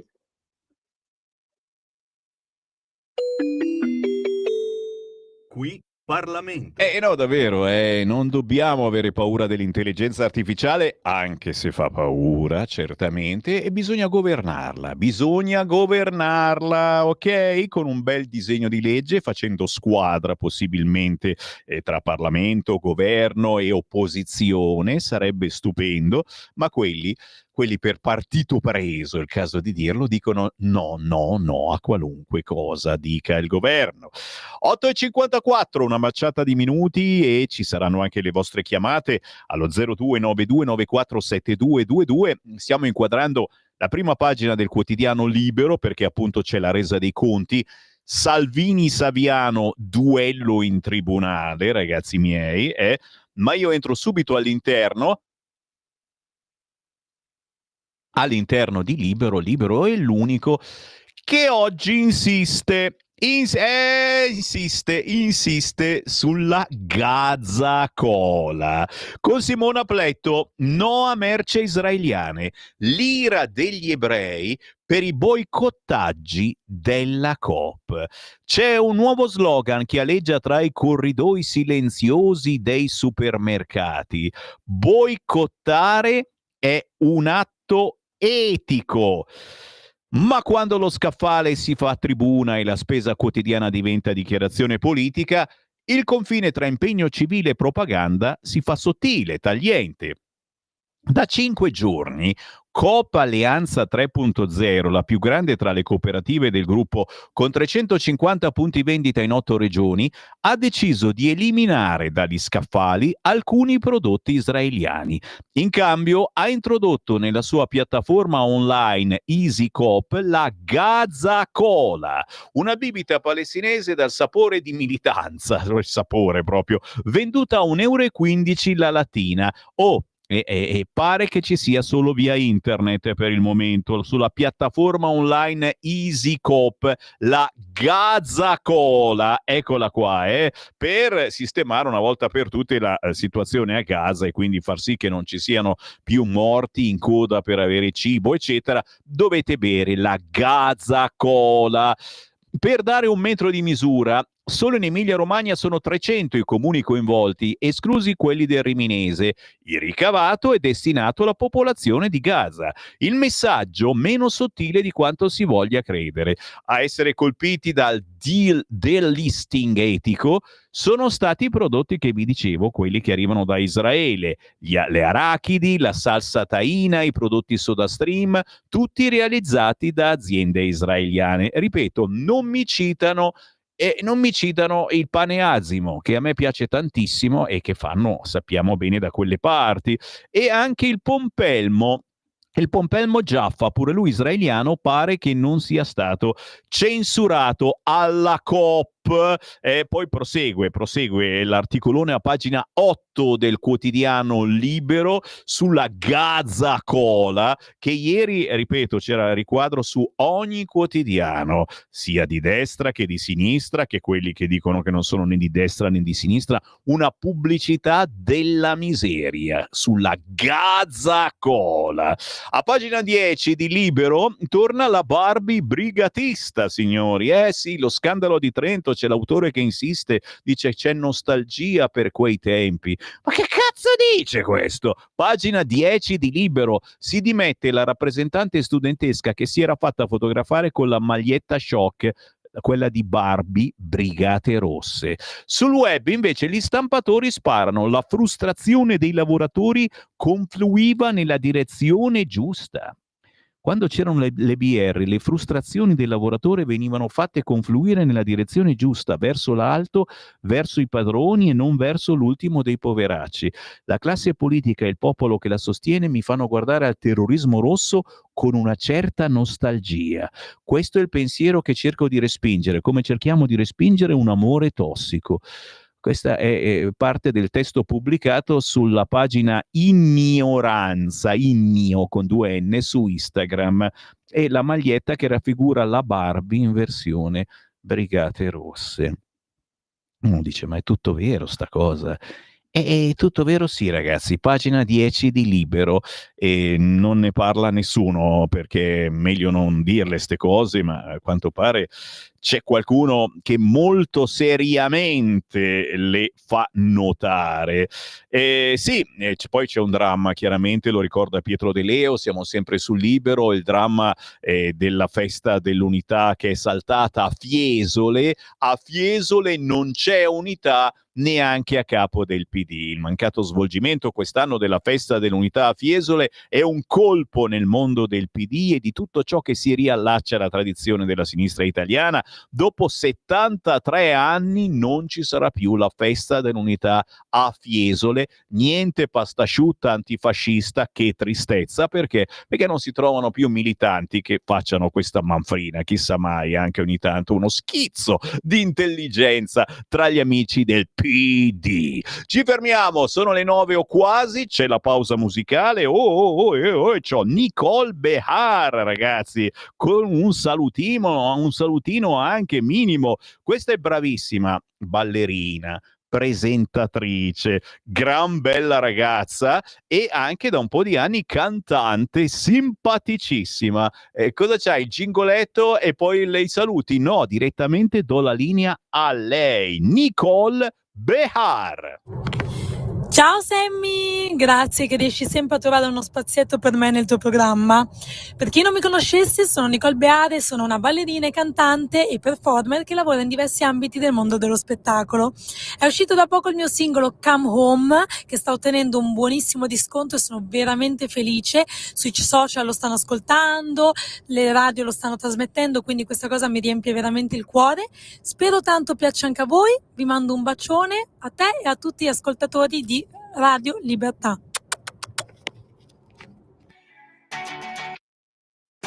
Stanotte casa tremerà, se ci sei anche tu, il sapore della libertà non mi basta più. Ti chiedi come stai, cosa fai, come mai, dove vai, ma non sai nemmeno cosa vuoi. Un giorno tu non sai, poi ci sei, poi non puoi. Io vorrei non passare a quello che non fai.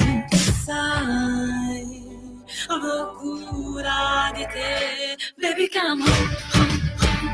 Baby come home, home, home. Baby come home, home, home. Fammi ballare ancora un po'. Baby come home, home, home. Non dimmi di no, no, no. Fermi le mie pensieri, un déjà vu. Dimmi che lo vuoi anche tu, dimmi di più tu. Cosa è giusto già lo so, ma non mi importa vincere. E gli altri parlano, ma tanto è inutile. Ti chiedo come stai, cosa fai, come mai, dove vai. Passa il tempo e non so più di noi, ma senza te io come vivrei, cosa farei, so che mi raggiungerai. Baby come home, home, home. Baby come home, home, home. Baby come home, home, home. Fammi ballare ancora un po'. Baby come home, home, home. Non dimmi di no, no, no. Fammi le mie pensieri, un déjà vu. Dimmi che lo vuoi anche tu, dimmi di più tu.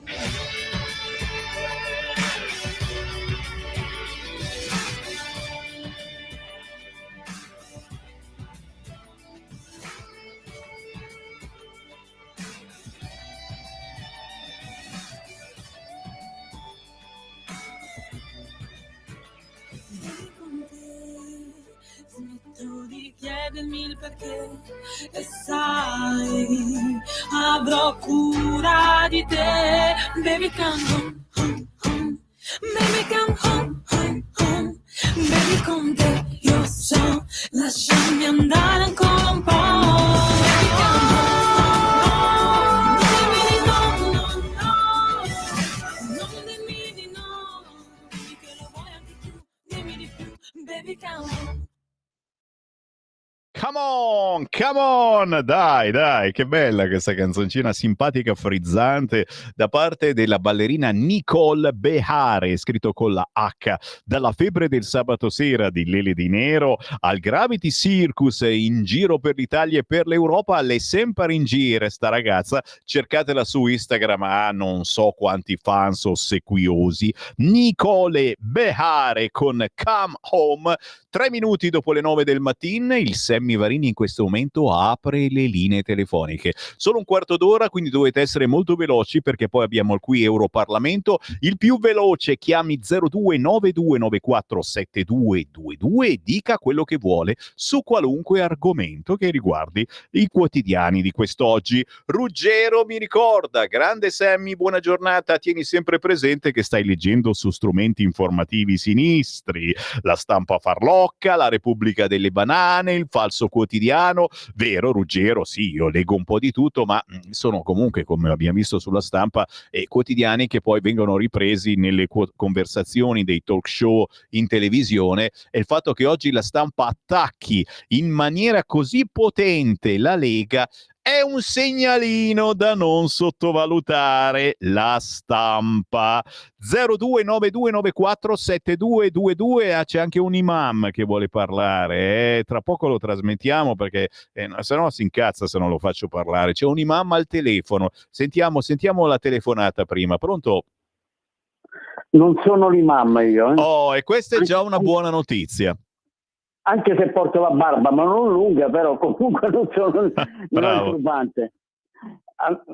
Caro Sammy, io sono veramente sconcertato.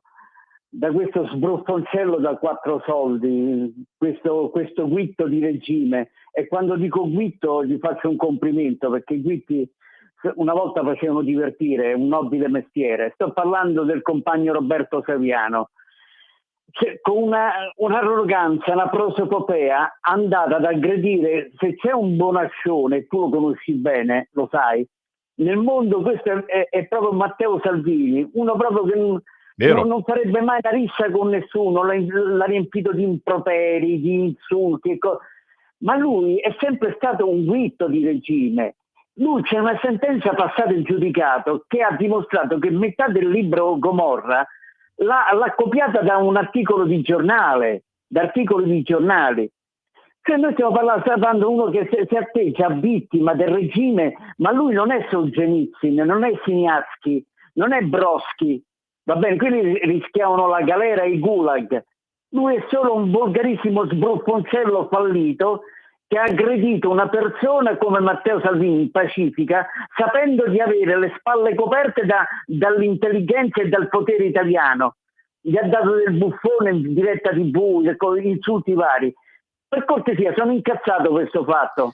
Grazie caro. Naturalmente prendiamo le distanze dalle tue dichiarazioni farneticanti, perché Saviano ha la querela facile, ha bisogno di soldi per mantenere il suo attico. Chiaro che siamo rimasti un po' tutti male, perché come dicevi tu, noi lo conosciamo benissimo, Salvini è stato anche il nostro direttore per un po' di anni qui in radio e insomma... certo, se ti danno del mafioso non puoi far finta di niente, arriva la querela, ma ripeto, ha dato del mafioso Saviano a Salvini, ma a tutti noi, perché noi la mafia l'abbiamo veramente odiata e inquadrata fin dagli anni '80, quando facevamo i volantini. Attenzione che la mafia arriva al nord, vi ricordate queste cose? Mandano i mafiosi in vacanza al nord, eravamo lì a fare casino fin da quei tempi. Poi con Maroni, ragazzi, la battaglia contro la mafia è stata gigantesca e Salvini adesso è diventato mafioso, non esiste. Nonostante questo, Matteo ha dato la mano a Saviano ieri in tribunale. Saviano non l'ha ricambiata la mano, non dà mano, e gli ha detto vergognati. Sì, prima dell'ascoltatore c'è l'imam, e questo è un rompiballe, vuole parlare. Sentiamo l'imam. Pronto? L'Islam raggiunge tutti i posti del mondo, dove arriva la luce, dove arriva il buio, adora il tuo Signore finché ti arriva la certezza, l'yaqin, la morte. Noi dobbiamo farle ricordare a queste persone che arriverà la morte. L'Islam arriverà in tutte le case. L'annuncio via social è di Omar Mamdouh, nuovo imam della moschea Iqra a Bologna e star di TikTok con la pagina Il Vero Islam. Subentrato dopo l'espulsione per motivi di sicurezza nazionale di Zulfikar Khan, Mamdouh minaccia un'espansione inarrestabile della religione musulmana. Prediche seguite da oltre 20.000 follower, dure critiche su Natale, integrazione, altre religioni e sulle donne. Quando cammini per strada, si vedono le tue cosce?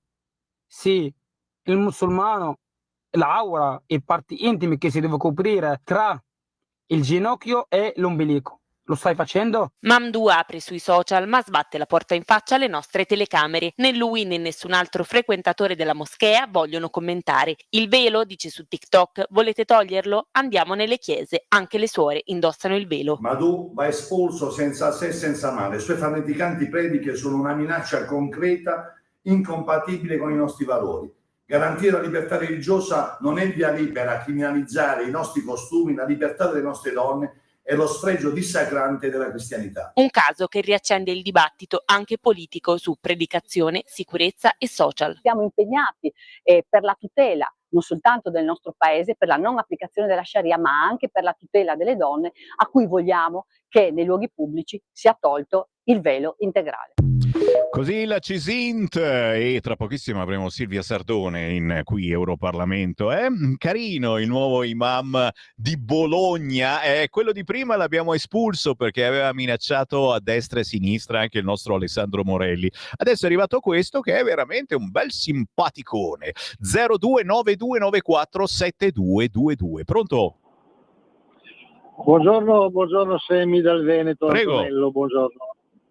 Ma questo è l'imam che c'è lì a Roma, lì dove c'è la sede del PD, che sta benedicendo la sede in questo momento. Boh, sarà. Senti un po', invece che parlare di quisquiglie, parliamo di cose serie. Allora, dedicate un po' di tempo a spiegare perché l'Italia, con tutti i problemi di sicurezza che ha, deve ancora provvedere alla sicurezza di 3 paesi del nord Europa, sai, la Lituania, l'Estonia, con la propria aviazione, e anche deve provvedere alla sicurezza della vicina Slovenia con la propria aviazione, senza pagare un soldo. Com'è sta faccenda? Cavolo, non mi sta mica bene questo, eh? Bravo. Sveglia ragazzi, sveglia Salvini. Bravo agli ascoltatori che ci punzecchiano il sedere. Però è giusto punzecchiare, 0292947222. Pronto? Aspetta, se non corre iniziare. Prego. Pronto? Buongiorno signor Semmi di Zetta. Ciao. Allora, io sabato mi è venuto in mente di andare a Venezia, non l'avessi mai fatto signor Semmi. Chi sta guidando la città di Venezia? Sul Lugnaro, che dovrebbe essere di Forza Italia, vero? Dovrebbe, sì. Dovrebbe. Maledizione, anche qua c'è un pro e un contro, ma molto contro, perché è un disastro Vaporetti, ma si pensa allo stadio. E allora, io dico vergogna, la CTV da Lido a a Piazzale Roma e viceversa, tagliata la linea 6, è un collasso totale, signor Semmi. Aspettiamo 20 minuti un vaporetto in condizioni disumane nei pontili per poi non riuscire a salire. Anziani spinti da orde di turisti, dico io, con le valigie, pendolari inferociti in perenne ritardo. Via subito secondo me, la dirigenza che beatamente gira in taxi privato. Battelli vecchi di 40 anni, roventi in estate e gelidi d'inverno. Noi siamo il terzo vero mondo, signor Semmi. Altro che ticket d'ingresso, numero chiuso e priorità ai poveri veneziani che non possono fare altro che fuggire da questa vergogna. Invece dello stadio si pensi ai servizi pubblici essenziali e pensate bene a chi non so, non a Forza Italia naturalmente. Mi spiace, qua sono contro, ma molto contro. Grazie. Sì, la guida è di Forza Italia da quando la Lega non fa più il suo raduno a Venezia è così, è diventata così Venezia, che ci vuoi fare? Si scherza, tanti Bezos a tutti, adesso arrivano i milioni di Bezos, siate felici amici di Venezia. Gianluca, in un mondo di sciacalli senza vergogna, Gazza Cola o Barbie BR rappresentano prodotti con dietro studi di marketing che sfruttano il sentiment dell'indignazione di massa che alimenta il popolo bue. Che mondo fantastico, interessante, vero quello che scrive questo ascoltatore. Basta fare pubblicità alla Gazza Cola, non siamo amici dei terroristi palestinesi. Anche qui ragazzi tanti dubbi vengono sui soldi che si danno alla striscia di Gaza, chi vadano veramente, però chi spara a chi è in attesa di cibo, io gli sparerei a sua volta. L'ultima chiamata, pronto? Pronto, Sammy? Quella. Eccomi qua, l'ultima chiamata, grazie. Una buona giornata, una buona conduzione, Sammy. Grazie. Allora, mi viene anche spontaneo, uso sempre quel pizzico di umorismo che fa parte anche della tua persona. Certo. Allora, io farei un trio tra il fenomeno che ha dato del mafioso a Salvini, ci metterei anche, giusto per fare un buon mix, Antonello Venditti. Simpaticissimo, qua parliamo di gente di un certo, puntini, e poi ci metterei anche Richard Gere. Ecco, fanno un bel trio, no?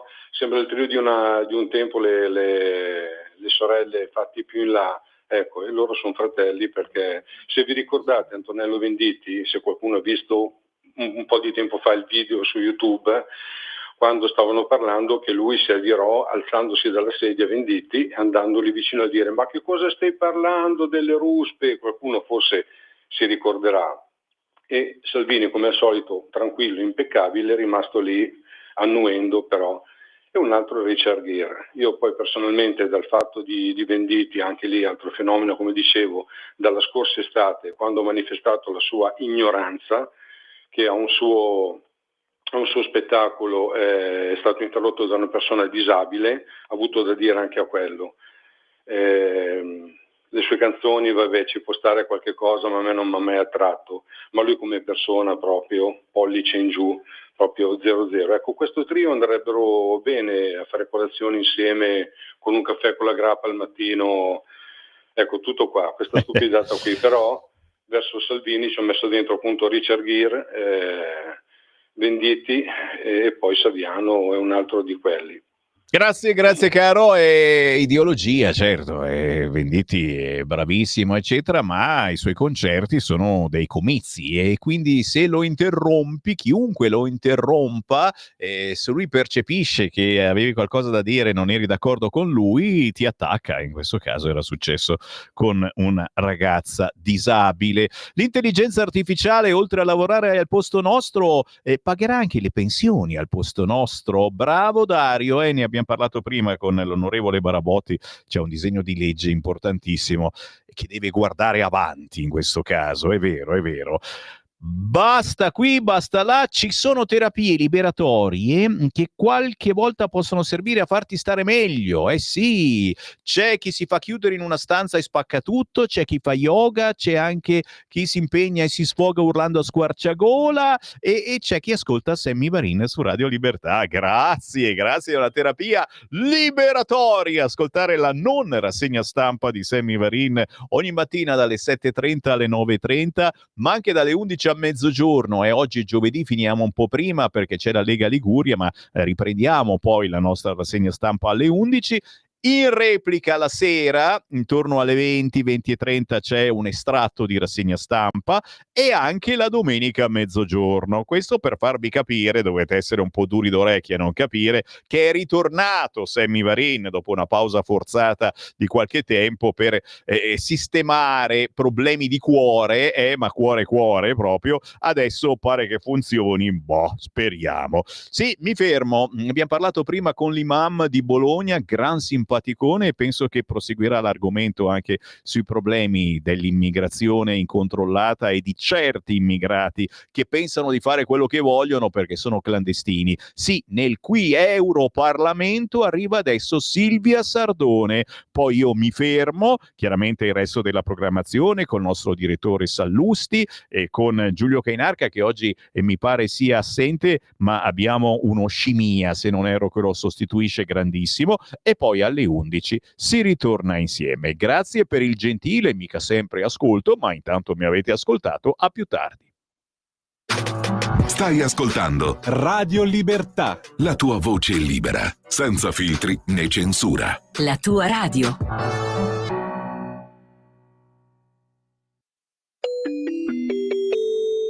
qui Europarlamento.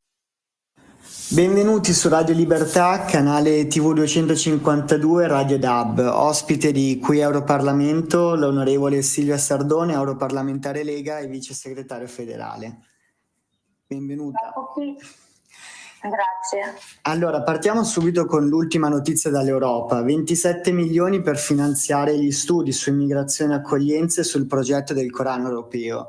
In che cosa consiste questa misura e nonché questa ennesima follia europea? Allora, diciamo che non è la prima volta che recupero follie di questo tipo. Infatti avevamo già recuperato 10 milioni di euro destinati al cosiddetto Corano europeo e 17 milioni per ricerche sull'Islam, Sharia e Islamofobia. Ecco, diciamo che questi sono gli ennesimi soldi che piovono dalle istituzioni europee per progetti che sono chiaramente ideologici. Questa volta però in tema immigrazione.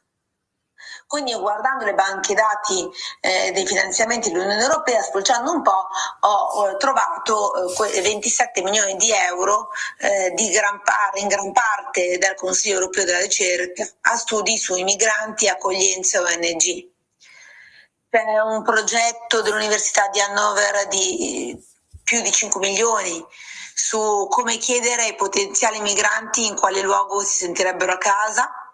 Poi c'è uno studio belga di oltre 3 milioni su come riaprire un dialogo equo sulla migrazione, una ricerca dell'Università di Berna sull'influenza dei media sulla percezione dell'immigrazione da parte dei cittadini, un progetto dell'Università di Lione in Francia di 3 milioni su soluzioni abitative innovative per l'inserimento dei migranti.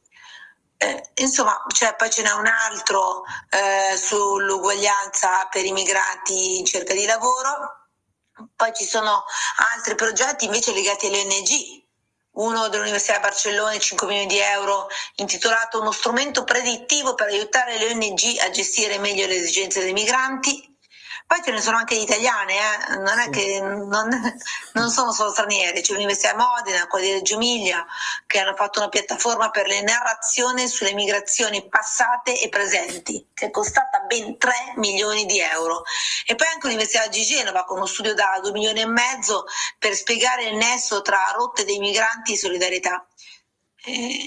Posso andare avanti, c'è Amsterdam, un altro progetto per garantire l'attuazione di politiche migratorie basate sui principi. Sui principi. Insomma, io dico che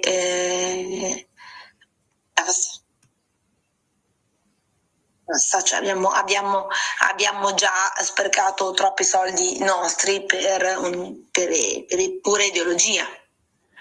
Negli ultimi 10 anni la propaganda filo-immigrazionista e pro-accoglienza è stata importante in Europa grazie alla sinistra ideologica, quindi come dire, non mi stupiscono i tanti finanziamenti mirati, devo dire però che siamo arrivati a un punto di non ritorno, cioè non credo che queste siano le necessità e le urgenze per i cittadini europei.